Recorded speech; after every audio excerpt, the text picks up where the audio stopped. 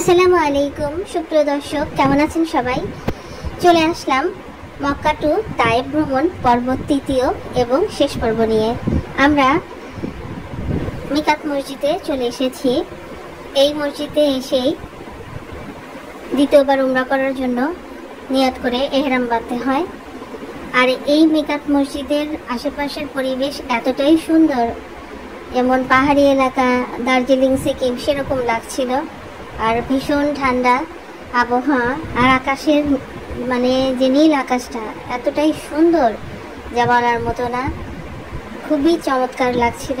আমি এখানে এসে প্রাণ ভরে এই দৃশ্যগুলো উপভোগ করছিলাম এবং আশেপাশের পরিবেশগুলো দেখছিলাম। দূরে নীল নীল কালো কালো পাহাড়ের উপরে যে নীল বিশাল আকাশ, সত্যি অসাধারণ লাগছিল। এটা হয়তো ক্যামেরাতে বোঝা যাচ্ছে না, কিন্তু বাস্তবে এটা দেখতে খুবই সুন্দর, খুবই চমৎকার। তাই আমি বলবো, যারা ওমরা হজ করতে বা বড় হজ করতে আসবেন তারা অবশ্যই একবার হলেও তায়েব ঘুরে যাবেন এবং এই মিকাত মসজিদ থেকে দ্বিতীয়বার ওমরা করার নিয়ত করে ইহরাম বাঁধবেন। এখানে আমরা এসে আসর নামাজ পড়েছিলাম এবং আসর নামাজ পড়ার পরে দ্বিতীয়বার ওমরার নিয়ত করে আমার হাজবেন্ড এবং আমার ছেলে ইহরাম বেঁধেছিল। আমরা নামাজ পড়েছিলাম। তারপর এই যে আমরা রওনা দিচ্ছি। আমার ছেলে এই যে সামনে বসা, ইহরাম পরা, আমার হাজবেন্ড আমার পাশে বসা ছিল, পেছনে ছিলাম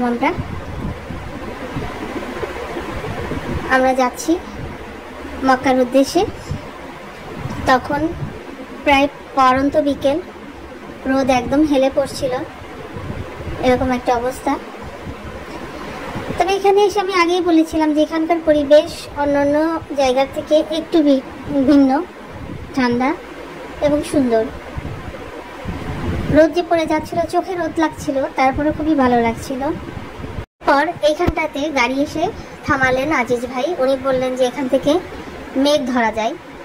তবে আজকে আমাদের ব্যাড লাক ছিল, আমাদের মেঘ ধরার কোনো পসিবিলিটি ছিল না। এর আগেই হয়তো মেঘ এসে চলে গেছে।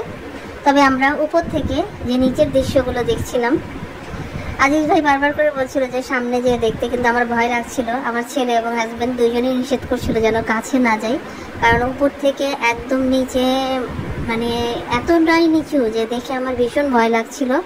আমি দূর থেকে যতটুকু পেরেছি চেষ্টা করেছি ভিডিও করতে। আর এই যে এখানকার যে সূর্য অসাধারণ, এতটাই চমক দিচ্ছিল, আমার ভীষণ ভালো লাগছিল। চোখ ধাঁধালো হয়ে যাচ্ছিল, কিন্তু তারপর আমি ভিডিও করা বন্ধ করিনি।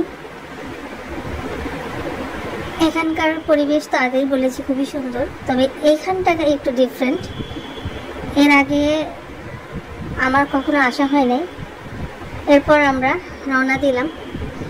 এখানে অনেক বানর বেবুন রয়েছে। আমাদের গাড়িটা এখানে একটু থামানো হয়েছিল।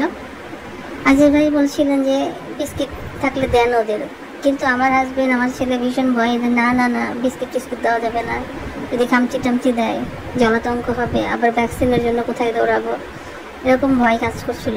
আমরা জানালা দিয়ে দেখছিলাম, এখানে বানরের অনেক বাহার ছিল, খুবই ভালো লাগছিল। আমরা খুবই হাসতেছিলাম। এই দেখেন, এখানে আর একটা বানর, অনেক বানর ছিল, অনেক, খুবই এনজয় করছিলাম। তবে আমার ছেলে বলছিল যে এর পরবর্তীতে যদি কখনো আসি তাইপে, তাহলে বানরের জন্য খাবার নিয়ে আসবার। এখানে দেখেন বানরগুলা কি সুন্দর, একদম জেন্টলম্যানের মতো বসে আছে। আমরা এটা দেখে খুবই হেসেছিলাম, খুবই ভালো লাগছিল। পাশে আর একটা বানর আছে, এই যে কি সুন্দর বসে আছে। আসলে ওদের সবাই খাবার দেয় তো, এই জন্য ওরা বসে থাকে। এই যে এখানে পুরো ফ্যামিলি বানর আছে, একদম হাজব্যান্ড ওয়াইফ বাচ্চা সহ বসে আছে। শেষেই যার একটা বানর। আমাদের গাড়ি চলছে। এখানকার পাহাড়গুলো বিভিন্ন রঙের, কোনোটা লাল, কোনোটা কালো, কোনোটা ধূসর, কোনোটা নীল, হালকা নেভি ব্লু, এরকম টাইপের।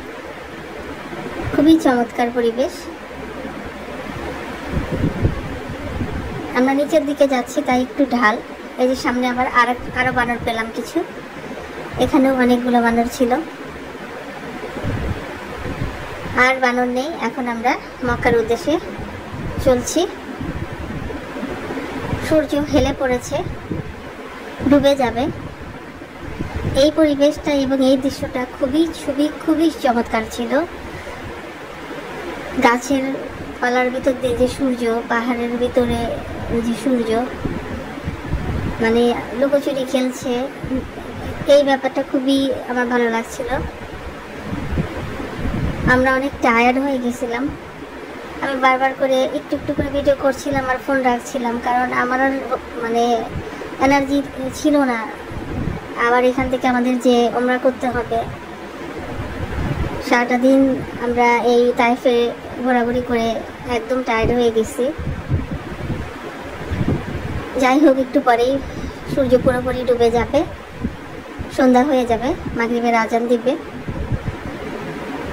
আমরা যাচ্ছি মক্কায়। এই যে সূর্য মোটামুটি ডুবে যাচ্ছে, আর একটু বাকি আছে। এখানে একটা মসজিদ ছিল, এই যে পার হলাম।